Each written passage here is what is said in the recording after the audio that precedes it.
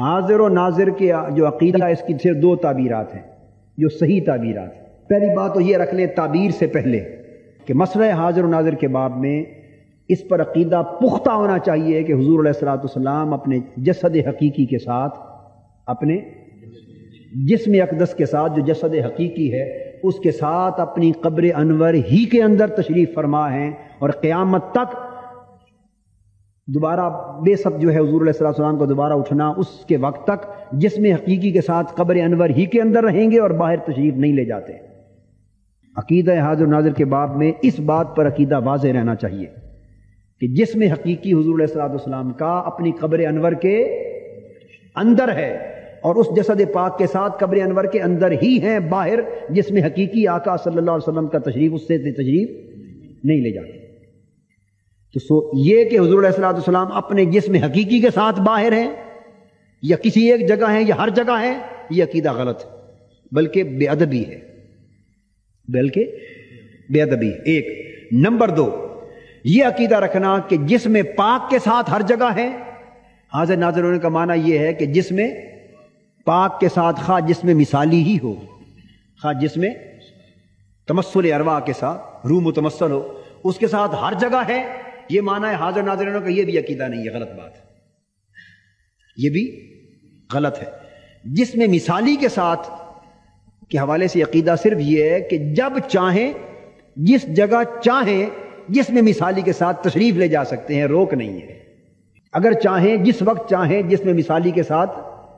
جہاں چاہیں تشریف لے جا سکتے ہیں، روک نہیں ہے، یہ الگ موضوع ہے۔ حاضر و ناظر کے عقیدے میں اس کا دخل نہیں، نہ جسم پاک کے ساتھ ہر جگہ ہے اور نہ جسم حقیقی باہر ہے۔ یہ بات اس لیے کہی کہ آپ پر اعتراض کیا جاتا ہے جو ہر جگہ حاضر ناظر ہیں تو پھر مصلی پر کھڑا کر لیں، امام بنا لیں، خود امام کیوں بنتے ہیں، ان کو پیچھے کیوں کھڑا کرتے ہیں، پھر پوچھتے ہیں معاذ اللہ یہ لیٹرین ہے، استغفر اللہ، ایسا کفر بکتے ہیں، بے ادبی گستاخی۔ تو یہاں بھی ہیں، میاں بیوی جب ملتے ہیں ننگے ہوتے ہیں تو یہاں بھی ایسے بکواس اور کفر بولے جاتے ہیں۔ یہ سارے اس لیے کہ جواب میں آگے آپ نے اور چیزیں کہنا شروع کر دینی ہے، اصل بات پہ گرفت نہیں کرنی۔ گرفت یہ ہے کہ امامت روحانیت سے نہیں ہوتی، امامت تو جسم پاک کے ساتھ ہے، اور جسد پاک کے ساتھ باہر ہونا ہر جگہ وہ ہمارا عقیدہ ہی نہیں۔ جسد پاک کے ساتھ ہونا باہر ہر جگہ ہمارا، وہ کہتے ہیں جو اگر حاضر ناظر مانتے ہیں تو اونچی تقریر کیوں کرتے ہیں، اونچا یا رسول اللہ کیوں کہتے ہیں، وہ آیتیں پڑھیں گے کہ آواز پست کرو۔ جواب اس کا یہ ہے کہ یہ جہاں حضور علیہ الصلوۃ والسلام بنفس نفیس جسم پاک کے ساتھ موجود ہوں گے، یہ حکم تو اس جگہ کے لیے ہے۔ حیات ظاہری میں بھی تھا اور بعد از وصال بھی مسجد نبوی میں ہے، چونکہ جسم پاک کے ساتھ وہاں تشریف فرما ہے، اور ہم تو ہر جگہ جسم پاک کے ساتھ مانتے نہیں، سو یہاں وہ حکم بھی نہیں ہوگا۔ تو ایسی تمام چیزوں کے اوپر پیدا ہونے والے مغالطوں سے ذہن صاف ہونا چاہیے۔ تو حاضر و ناظر ہونے کا جو عقیدہ ہے اصل، اس کی دو تعبیرات کیا ہیں؟ نمبر ایک تو یہ ہے کہ اللہ پاک نے حضور علیہ الصلوۃ والسلام کو امت کا چونکہ شاہد اور شہید بنایا ہے، یہ بمعنی ناظر ہے۔ اور پھر بہت سی احادیث میں جس طرح آیا حضور علیہ الصلوۃ والسلام کے شان کا تذکرہ اور اس کی تفصیلات آئیں، اور بہت سارے واقعات ایسے بیان ہوئے کہ ساری کائنات کو دیکھنا، مشارق و مغارب ارض کو دیکھنا، قیامت تک کی چیزوں کو دیکھنا، اس ایک جگہ پر کھڑے ہوتے ہوئے قیامت تک ہر ایک کا مشاہدہ فرما لینا، دور و نزدیک کو دیکھ لینا، آگے اور پیچھے دیکھ لینا، اور پھر اس طرح شہید ہونا، شاہد ہونا، اور اس طرح دور و نزدیک نظر فرمانا۔ اللہ پاک نے حضور علیہ الصلوۃ والسلام کو یہ نظر مبارک عطا کی ہے، یہ حضور علیہ السلام کی روح، یہ روحانی بصیرت اور یہ روحانی نظر عطا فرمائی ہے کہ قبر انور کے اندر تشریف فرما ہو کر جہاں چاہتے ہیں جس جگہ چاہتے ہیں نظر فرماتے ہیں، اور مشرق و مغرب ساری ارض بلکہ ملکوت ارض و سما حضور علیہ الصلوۃ والسلام پر منکشف ہیں، متجلا ہیں، منکشف ہیں، پر جس وقت ارادہ فرماتے ہیں، توجہ فرماتے ہیں، دیکھتے ہیں۔ حاضر و ناظر کا عقیدہ یہ ہے کہ اپنی قبر انور کے اندر ہوتے ہوئے جس طرح حیات ظاہری میں حضور آگے بھی دیکھتے اور پیچھے بھی دیکھتے اور دور و نزدیک تک ملاحظہ فرماتے، اللہ پاک نے قبر انور کے اندر بھی حضور علیہ السلام کو روحانی طور پر یہ قوت نظر، بصارت و بصیرت کی عطا فرمائی ہے کہ آپ قبر انور میں پوری امت کو اور پوری دنیا کو، مشارق و مغارب ارض کو اور ملکوت ارض و سما کو، ہر چیز آپ پر منکشف اور متجلا ہے، جیسے ہاتھ کی ہتھیلی ہے، ہر چیز منکشف ہے، جس وقت حضور علیہ الصلوۃ والسلام چاہتے ہیں جدھر توجہ فرماتے ہیں ملاحظہ فرماتے ہیں۔ اللہ پاک کا ہر وقت دیکھنا، یہ بھی فرق سمجھ لیں، ہر چیز اللہ کے نگاہ کے سامنے ہونی اور حضور علیہ السلام کے دیکھنے میں فرق کیا ہے؟ فرق یہ ہے کہ اللہ پاک کا ہر وقت دیکھنا ارادے اور توجہ کا محتاج نہیں ہے۔ یہ نقطہ سب، اس میں بہت بڑا مغالطہ، یہ کتابیں بڑی بڑی ہیں، آپ کی بڑی بڑی کتابیں یہ مناظرین کی بڑی بڑی، اس کا میں ازالہ چاہتا ہوں۔ اللہ پاک کا ہر چیز کو دیکھنا، عالم الغیب والشہادہ ہونا اور ہر چیز کا نظر فرمانا، ہر طرف نظر فرمانا اور ہر چیز اللہ پر آشکار ہونا، اللہ کا کے اوپر ہر چیز کا آشکار ہونا ارادے اور توجہ کا محتاج نہیں، اور وہ ارادے اور توجہ کا تابع نہیں، اور اس میں استقبال اور استدبار کا فرق نہیں کہ جب توجہ فرمائے تو دیکھ لے اور جب توجہ نہ فرمائے تو نہ دیکھے۔ اللہ کا علم اور مشاہدہ اس سے پاک ہے، حضور علیہ السلام کا مشاہدہ اس شان کے ساتھ ہے، اس شان کے ساتھ ارادے اور توجہ کے ساتھ ہے، اس میں استقبال اور استدبار کا فرق ہے۔ توجہ فرمائے تو چیز سامنے ہے، پہلے ہی سامنے ہے، پہلے ہی سامنے اور آشکار ہے۔ جب توجہ فرمائے ملاحظہ فرما لیں توجہ اور عدم توجہ،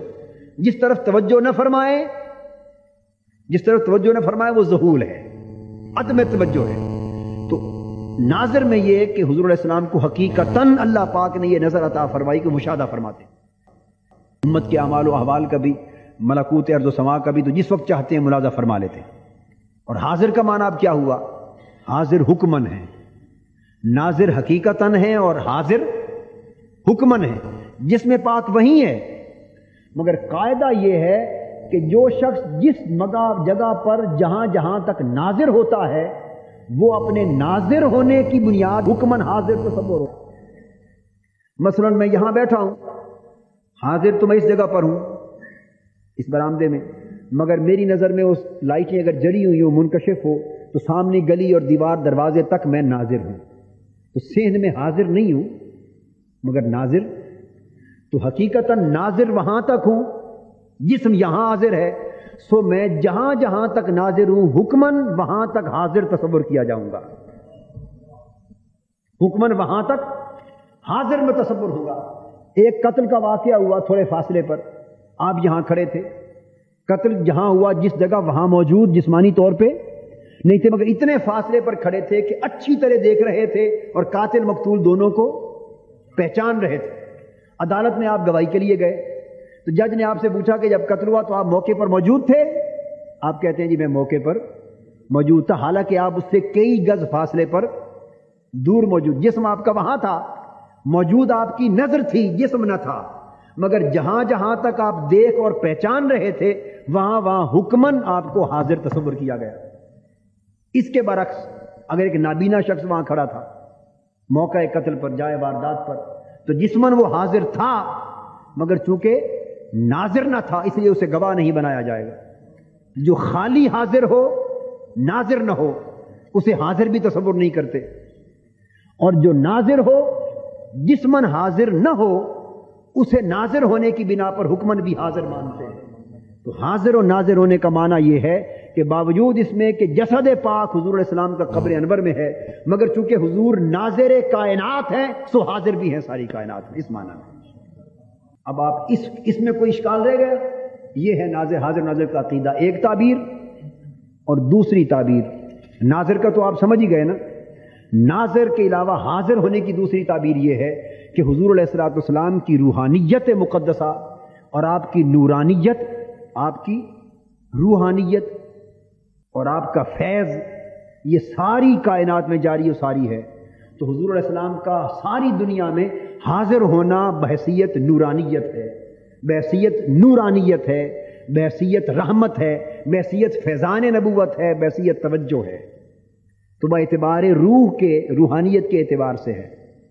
حاضر ہونا، روحانیت کے اعتبار سے۔ جیسے جسم ہے تو روح کا مرکز کہاں ہے؟ دل۔ اگر بازو کاٹ دیں تو روح تو جسم سے نہیں آتی، مگر دل نکال لیں